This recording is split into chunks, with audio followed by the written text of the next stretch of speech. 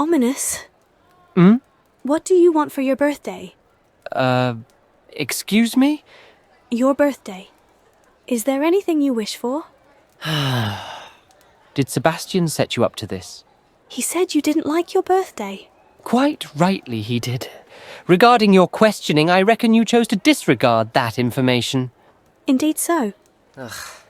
I don't want a present, Marion. I'd like to not be reminded of the day I was born for various reasons. And we are very glad that you were born for various reasons. I am. Please don't talk like that. I apologize. I didn't mean to upset you. But I still do not wish to celebrate my birthday. Okay, so no party then. You didn't actually plan a party, did you? You'll never find out now. Why are you so opposed to it? Is it because of your family? They did acknowledge your birthdays, didn't they? They did, but it was my aunt who made my birthdays somewhat enjoyable, at least for the first few years of my life. After she had disappeared, well, let's just say my family did nothing to carry on her legacy in that regard. It's just... nothing good ever happens on my birthday. But you just said... On my 4th birthday, I was bitten by a snake. I couldn't speak parcel tongue properly back then, and my brother thought it would be funny to give it to me as a present. It was just my luck that Aunt Noctua was there to give me an antidote. When I turned 6, I nearly drowned in the Manor's pond because my family thought it was fine to let their blind son venture out alone. I didn't have my wand back then, lost my way and fell into the water. Again, it was my aunt who found and saved me. She also taught me how to swim that summer. Ominous. On my 9th birthday, my family made me learn the curse. Aunt Noctua was no longer around by that time, so there was no one there to save me.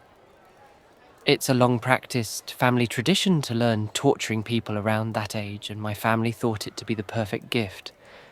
You know the rest of the story. It was one of the worst days of my life. When I turned 13, I spent my birthday in the hospital wing. We had potions that morning, and I made a mess of mine. Sebastian mocked me about it, and in a fit of stupidity I drank it to prove him wrong. Not my finest hour.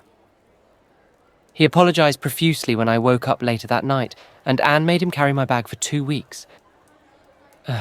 Still, it was then when I realized that birthdays probably weren't a thing for me. Nothing but bad stuff kept happening, and I started to wonder if maybe it was a sign. A sign? A sign for what? A sign that maybe it would have been better if I had never been born. May I speak now? Of course. I apologize. I didn't mean to... Shut it and listen up. I am truly sorry for what has happened to you in the past. Nobody deserves all that, much less on their birthday. But what you said is utter nonsense. Because I am very, very glad that you were born.